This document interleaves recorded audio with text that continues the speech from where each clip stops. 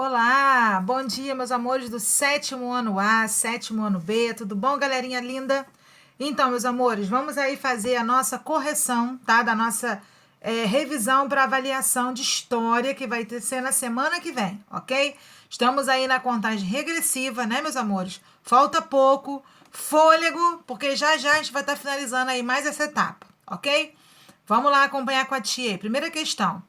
Qual era a importância do tráfico de escravos para a economia no início do período colonial? Então, olha só, meus amores, o tráfico de escravos, né, por mais desumano que ele fosse, né, é um ato assim completamente absurdo, né, que infelizmente faz parte da nossa história, né? Naquela época, para o período colonial, ele se tornou, né, uma fonte econômica muito lucrativa para o rei de Portugal, né, para o tráfico de escravos, né, os empresários aí que faziam essa crueldade e também fornecia mão de obra necessária para o desenvolvimento da colônia.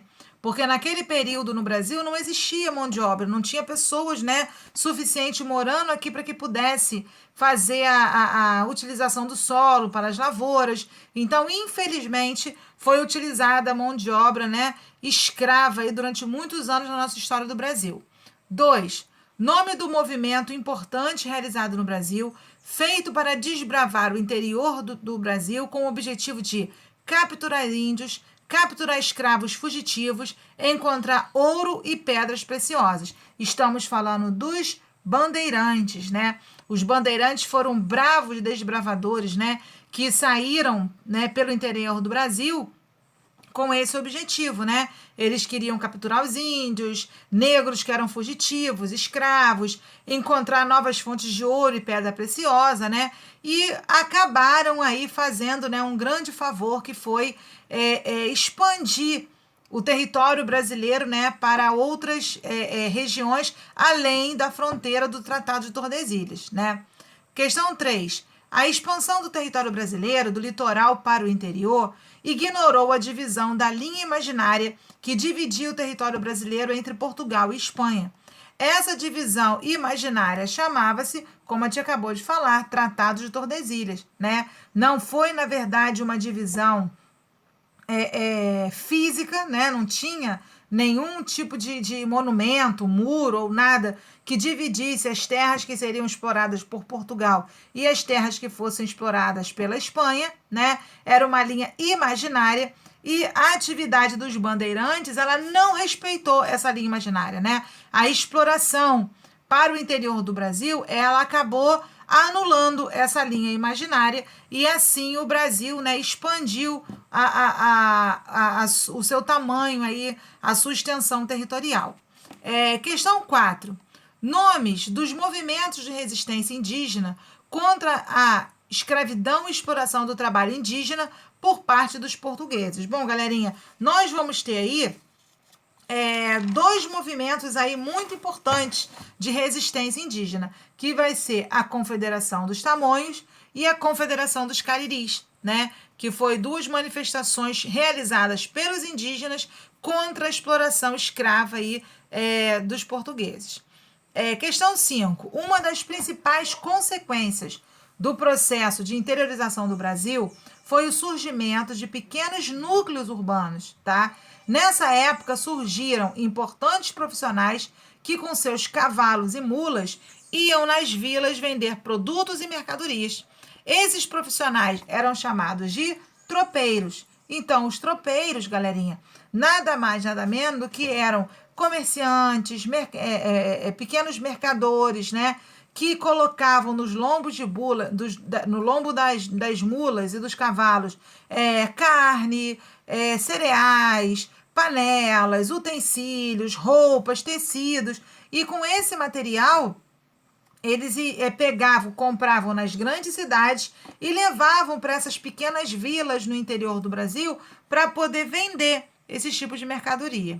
6. O que ocasionou o deslocamento do Centro Econômico do Nordeste, que era o maior produtor, né, de açúcar aí que a gente tinha na época no nosso território, para o interior e para o Sudeste brasileiro? Ora, é lógico que a descoberta, né, de minas de ouro em Minas Gerais, Mato Grosso e Goiás, né? Esse fato, ele acabou absorvendo grande parte, né, o deslocamento do setor econômico do Brasil, do litoral, que era onde se tinha as plantações de açúcar, para o interior do Brasil, né, onde as pessoas buscavam enriquecer, explorando o ouro, né, nessa época aí no Brasil. Para vocês terem noção, o Brasil ele tinha tantas jazidas de ouro que ele se tornou, né, naquele período, o maior produtor mundial de ouro, né, no período colonial.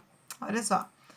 Questão 7. Nome do órgão português fiscalizador da atividade mineradora do Brasil. Vai ser a Intendência das Minas, tá? A Intendência das Minas vão ser grandes instituições que vão ser criadas pelo rei de Portugal para que pudesse fiscalizar, né, o ouro que era explorado e retirar o imposto devido que era destinado aí ao rei de Portugal, tá? Nome do imposto retirado da exploração do ouro na colônia, ou seja, a quinta parte, 20% do ouro encontrado, que era enviado direto para os cofres do governo de Portugal. Esse imposto era chamado de o quinto, ou seja, a quinta parte do ouro extraído das minas e que era levado para a Intendência das Minas, lá, né, ele passava por um processo nas casas de fundição, aonde era retirado 20% desse ouro que era levado para Portugal, para os cofres, né, do reino português. Nome. 9. Nome do local onde o minerador levava o ouro encontrado.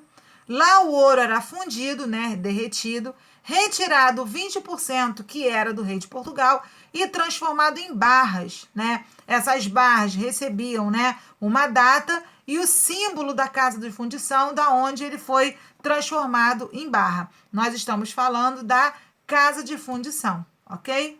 Questão 10. Nome do maior artista representante do barroco mineiro, com várias obras importantíssimas em Minas Gerais. Aí a gente também não pode deixar de falar do nosso famoso Antônio Francisco Lisboa, o Aleijadinho, né? Responsável aí por grandes obras em pedra-sabão, aonde ele deixou, né, uma relíquia, um tesouro, né, em Minas Gerais, com várias igrejas, né, com as suas obras, com as suas estruturas, com suas pinturas que ele realizou, mesmo com uma doença que acabou acometendo os seus pés e as suas mãos, que deixavam ele, né, com muita dificuldade em locomoção e na pintura, mas ele dava, né, o jeito dele e conseguiu aí fazer obras grandiosas, né, e famosíssimas aí que servem, né, para poder valorizar a cultura nacional como patrimônio histórico nacional lá em Minas Gerais, ok?